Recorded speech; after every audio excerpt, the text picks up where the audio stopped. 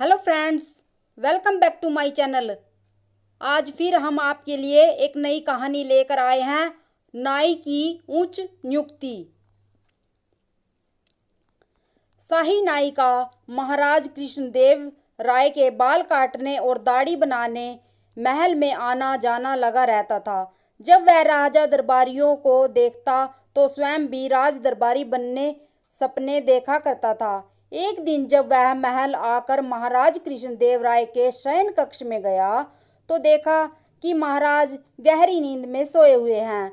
उसने सोते सोते ही उनकी दाढ़ी बना दी।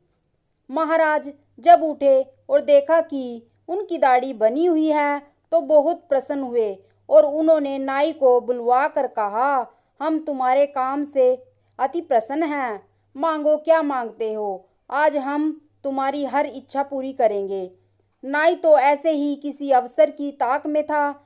वह हाथ जोड़कर बोला, महाराज यदि आप मेरी कोई इच्छा पूरी करना चाहते हैं तो मुझे अपना दरबारी बना लीजिए, क्योंकि मेरी आपका दरबारी बनने की इच्छा है। महाराज कृष्णदेव राय ने बिना सोचे समझे ही उसे अपना दरबारी बनाने की हामी भर दी। नाई बहुत खुश हुआ और सभी जगह यह बात बताने लगा। जब दरबारियों को ये बात पता चली तो वे चिंतित हो गए।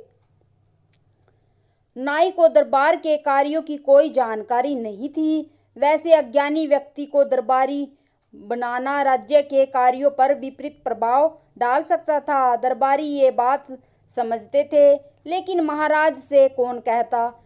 किसी में ये कहने का साहस नहीं था। वे सभी तेनालीराम के पास गए और उसे सारी बात बताकर इस समस्या का कोई हल निकालने को कहा। तेनालीराम ने उन्हें आश्वासन देकर वापस भेज दिया। अगले दिन रोज की तरह महाराज सुबह सुबह नदी किनारे टहलने गए।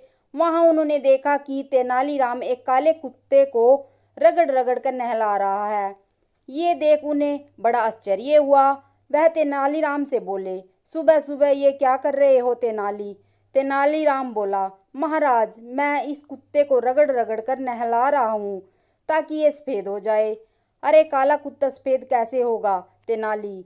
महाराज ने हंसते हुए पूछा। महाराज जब एक अयोग्य व्यक्ति राज दरबारी बन सकता है तो काला कुत्ता भी सफ़ेद हो सकता है। तेनालीराम ने उत्तर दिया। महाराज समझ गए कि तेनालीराम का इशारा किस ओर है। उन्होंने नाई को राज दरबारी न बनाकर वही स्थान दिया जिसके लिए वह उपयुक्त था।